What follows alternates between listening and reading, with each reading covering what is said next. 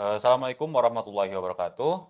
Selamat pagi, siang, sore, atau malam, Bu Kori. Hari ini kami dari kelompok satu akan menjelaskan mengenai project based learning, virtual machine, dan keamanan untuk sistem operasi.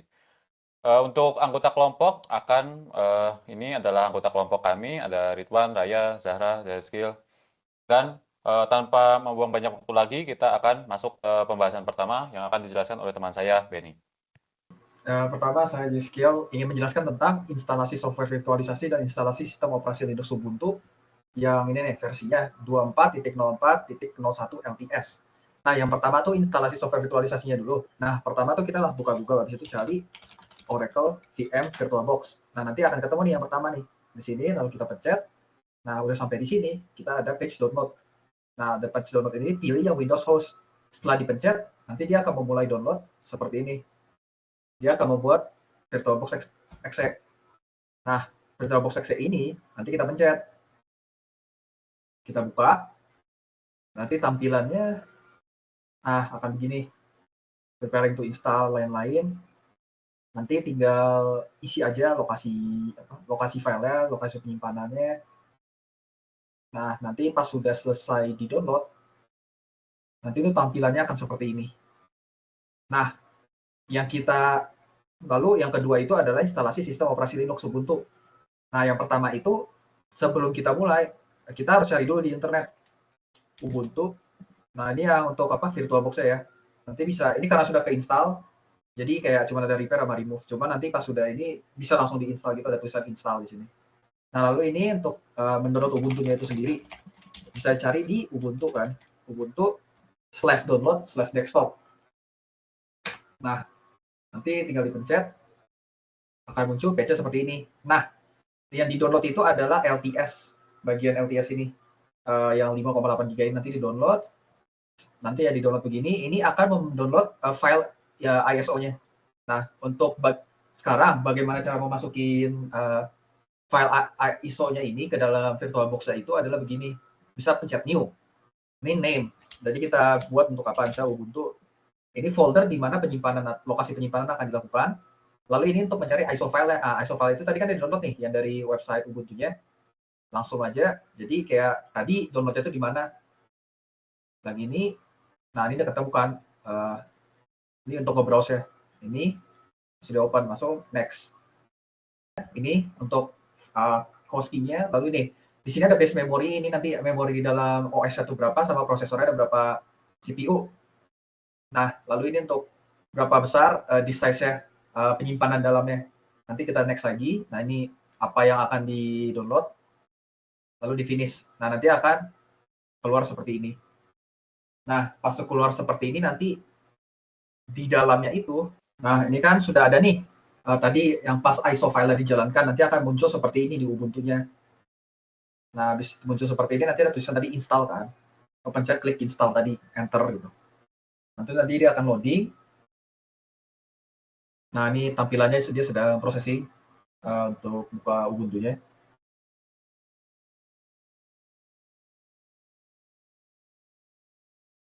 Lalu ini tadi udah nih setelah diinstal Ubuntu-nya akan menampilkan gambar seperti ini. Pertama choose language-nya. Ini kita choose English aja.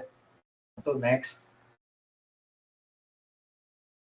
Nah, ini next aja. Ini sama aja.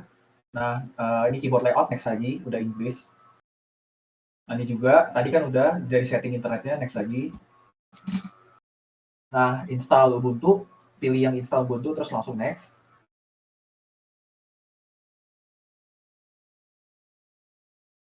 Ini juga langsung next aja, interactive installation aja. Supaya bisa kita tahu tutorialnya. Lalu ini juga default selection, next lagi. Ini juga ini langsung untuk menginstal rekomendasi software ini. Sebenarnya ini juga tergantung sih kayak mau apa. Ini kita centangin aja dua-duanya langsung terus next. Ini juga erase this ya. Next aja. Ini tadi kan kita udah setting partisi dan lain-lainnya. Nah, ini untuk ngebuat profile kita di OS ini, terus saja namanya siapa gitu. Nah ya, terus lalu buat passwordnya apa, samain aja. Nah, Habis itu langsung next. Nah ini pilih tempat region untuk waktu, langsung next lagi. Udah langsung ke setting. Ini juga, nah ini udah semuanya nih, udah bisa dilihat tuh. Choices-nya apa, pilihannya apa, partisinya apa. Nah, habis itu langsung, habis itu udah kita install. Ini nunggu selesai install. Tadi kan ada bagian partisi itu yang dipilih, disknya itu berapa giga, itu yang pas sebelum masuk ke Ubuntu-nya. Itu udah ada di sini tadi. Nah, ini karena sudah selesai sampai di sini saja penginstalan VM VirtualBox-nya dan penginstalan OS Linux-nya itu sendiri dalam VirtualBox. Selanjutnya akan saya berikan ke teman saya yang lain. Oke, selanjutnya adalah bagian manajemen pengguna dan grup. Setelah tadi install, biasanya akan diminta untuk memulai lagi ya Ubuntu-nya, dan tampilannya akan seperti ini. Misalnya ini usernya Raya, passwordnya tinggal dimasukin password yang sama dengan tadi, dan dari begini akan masuk dalam Ubuntu-nya. Pertama kita buka terminal. Oke, selanjutnya kita akan mulai untuk add user-nya. Bagaimana cara add user? Untuk add user adalah kita menggunakan komen sudo add user, lalu nama usernya yang ingin kita tambahkan, misalnya sudo new Raya, gitu. Oh, bentar, nggak boleh ya namanya. Kita ganti misalnya add user new Raya Shauki, gitu. Nah, ini tinggal kita buat new password, ini terserah. Nah, ini tinggal kita enter-enter aja karena kita inginnya default. Kita Y. Nah, untuk user selanjutnya ya kita tinggal buat seperti ini lagi. Misalnya kita ya, buat ini new Benny gitu. Lalu kita tinggal buat passwordnya apa. Lalu full name-nya juga kita default. Dan seterusnya saya akan mencoba untuk menambahkan user sesuai dengan jumlah kelompok. Mungkin bagian ini akan saya skip karena agak lama. Nah, ini setelah user selesai dibuat, bagaimana cara kita menampilkan usernya? Kita tinggal ls home. Nah, ini ada beberapa user. Ini usernya sudah saya buat sebelumnya. Jadi yang baru saja saya buat adalah 4 ini. Ada new Raya Shauki, ada new Ridwan, ada new user. Bukan ini new user, bukan. Ada new Zahra. Dan ada new Beni juga. Nah, selanjutnya adalah kita bagaimana untuk membuat grup. Cara membuat grup sendiri adalah dengan menggunakan komen ya. Sudo add group, kita namanya new group. Karena kita kelompok satu, new group 1 misalnya. Nah, ini sudah terbuat info selecting git from range, ini sudah terbuat new group 1. Bagaimana cara kita assign user ke dalam grup? Caranya adalah dengan sudo user mod kecil g ke grupnya new group 1 misalnya. Nah, terus namanya yang ingin ditambahkan misalnya new Raya Shauki. Nah, ini sudah ditambahkan dan kita akan menambahkan user-user yang baru dibuat ke grup yang tadi.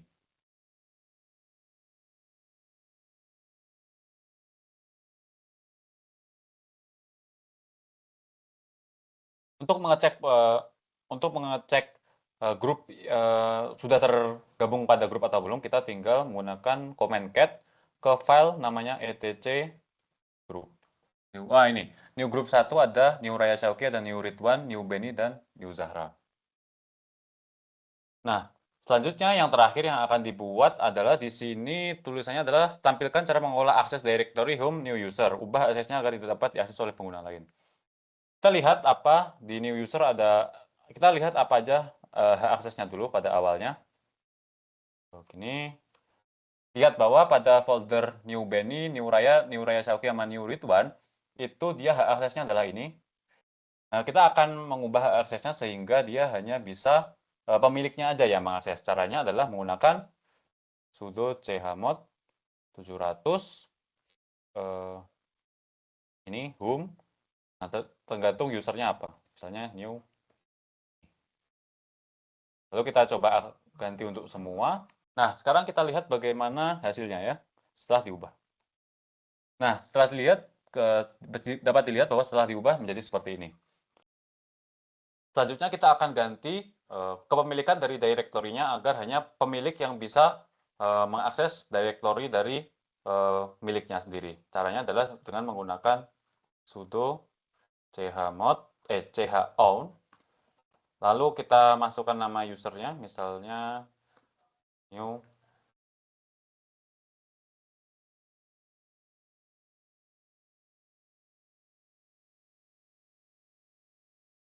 Lalu kita ke directory-nya.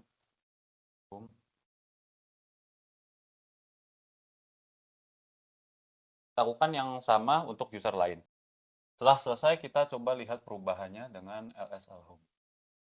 Dapat dilihat bahwa directory-nya hanya pemiliknya akan, ini adalah nama pemiliknya, ini adalah nama grup, dan ini adalah directory. Directory-nya ini kita bisa lihat new Benny, pemiliknya adalah hanya Benny. Raya juga hanya Raya, Raya Cauki-nya Raya Cauki, Ridwan hanya Ridwan, dan seterusnya. Ini yang lain ya, jadi kita abaikan aja. Ini yang baru dibuat adalah new Benny, new Raya Cauki yang ini, new Ridwan ini, dan new Zahra ini. Yang lain udah saya buat sebelumnya. Oke, itu saja. Mungkin selanjutnya akan dijelaskan oleh teman saya. Oke, pada tahap 4 ini saya akan menunjukkan bagaimana cara penggunaan snapshot dan restore. Oke, misalkan kita buat suatu file di suatu folder, misal kita akan buat di sysop ini. Di terminal, kita touch test.txt. Sudah muncul ya di sini. Nah, sekarang kita akan melakukan snapshot. Kita tag snapshot di machine. Untuk namanya bebas, kita tulis saja snapshot 2. Deskripsinya juga bebas, mau diisi ataupun tidak. Klik OK, sudah selesai. Kita akan mencoba itu ya, menghapus file testnya. Move to trash, kita hapus juga di trashnya. Sudah terhapus, bisa dilihat di sysop, ini nggak ada, empty. Nah, kita akan coba memulihkan dari snapshot yang tadi di restore.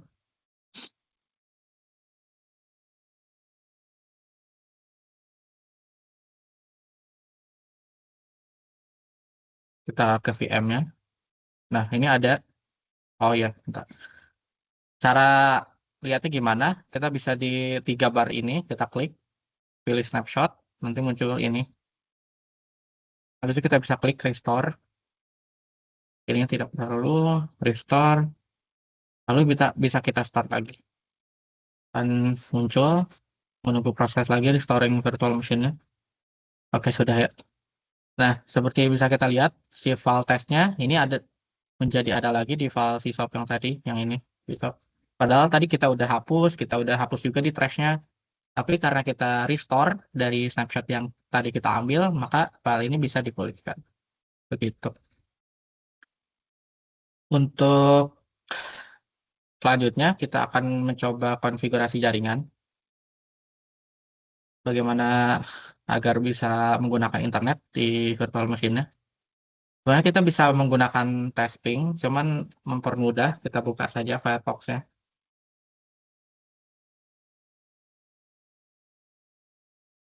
Tes YouTube.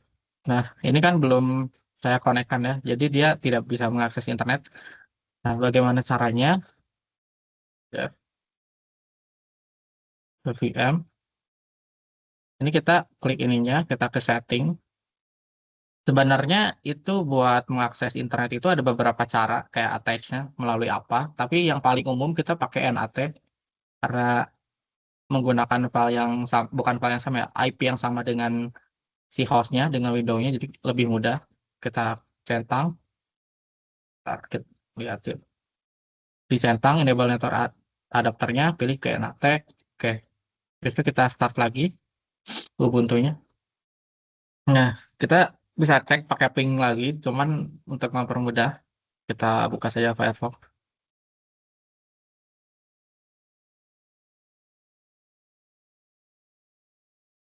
Nah, kita buka YouTube. Nah, sudah bisa ya. Kita Windows. Sudah bisa diakses internetnya. Dan untuk selanjutnya, jelaskan bagaimana mesin virtual berkomunikasi dengan sistem operasi induknya. Kalau sistem virtual itu, dia bisa berkomunikasi itu sebenarnya bisa menggunakan beberapa cara. Ada, bisa dilihat di sini di devices, ini ada 3 nih, share folder, share clipboard, drag and drop. Untuk mempersingkat waktu, saya akan memperlihatkan bagaimana yang share folder. Sebenarnya kita set dulu foldernya, bagaimana folder mana yang kita mau share dari hostnya, dari Windows-nya, yang akan di-share di Ubuntu virtual machine. Kita set misalkan ini Ubuntu shared folder, automon, make permanent. Ini bisa read only, tapi saya buka akses untuk read juga. Oke, misalkan gini, kita akan patch vers1 sudah terbuat di filenya di Ubuntu-nya. Kita cek yang di Windows. Nih, terbuat juga tes1. Kalau misalnya kita hapus yang tes doang, kita cek di Ubuntu-nya juga. Kita keluar dulu. Dia akan hilang juga. Mungkin cukup sekian yang dapat saya sampaikan. Selanjutnya akan dilanjutkan oleh teman saya. Oke, baik. Di sini saya akan menjelaskan bagian terakhir, konfigurasi firewall dan aturan akses. Untuk pertama, bagi terapkan konfigurasi firewall, itu kita bisa menggunakan sudo fw, di mana ada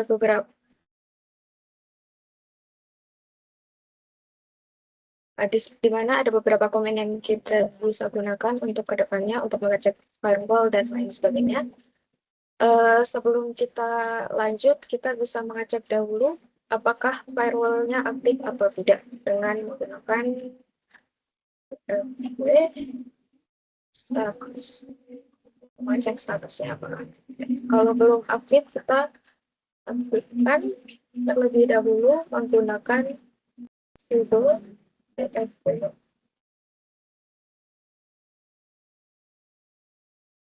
Kita bisa cek lagi. Untuk lebih rinci, kita bisa lihat dan menambahkan komen.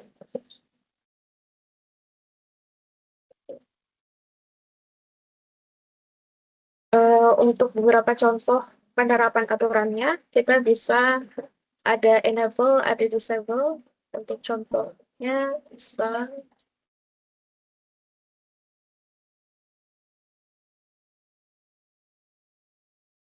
langsung memilih port tertentu yang akan diakses menggunakan command allow. Misalkan port 80, kita bisa lihat ini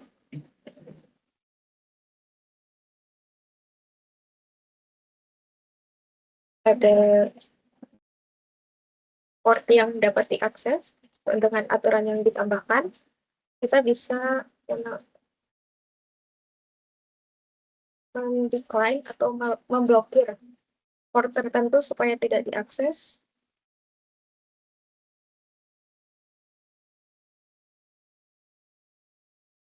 Misalkan port 3306 ini port MySQL.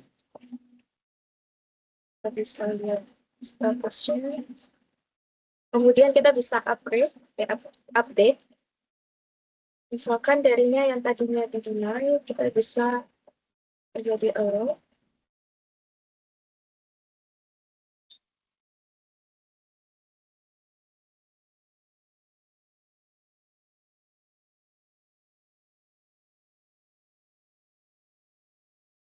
Bisa juga untuk mengizinkan IP tertentu saja yang akses.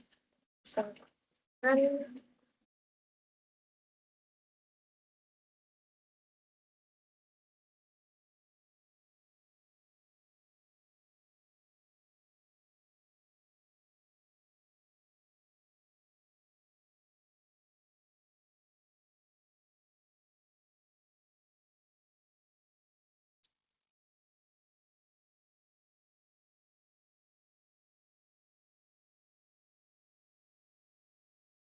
nah, ini hanya untuk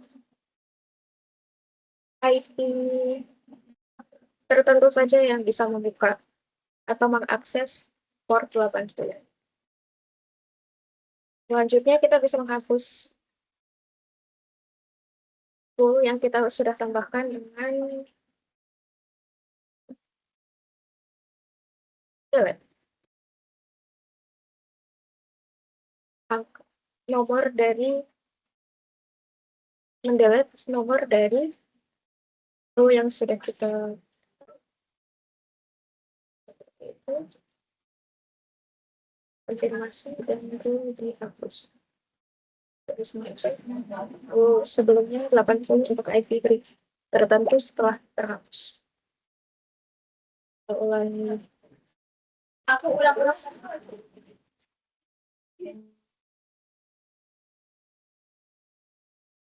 Pak ini ya. Oh, satu dua. Oh, itu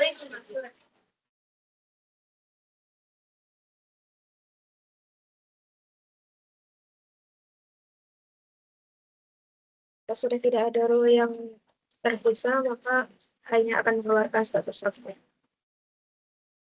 Selanjutnya kita bisa mematikan firewall sementara, itu opsional jika sudah tidak digunakan.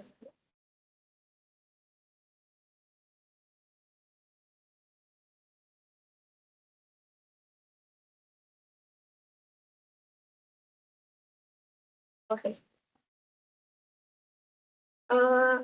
Mengapa sih aturan firewall ini penting? Aturan firewall ini penting untuk mencegah akses tidak sah. Jadi hanya akses tertentu yang kita berikan saja yang bisa mengakses, seperti yang kita sudah buat tadi untuk mengakses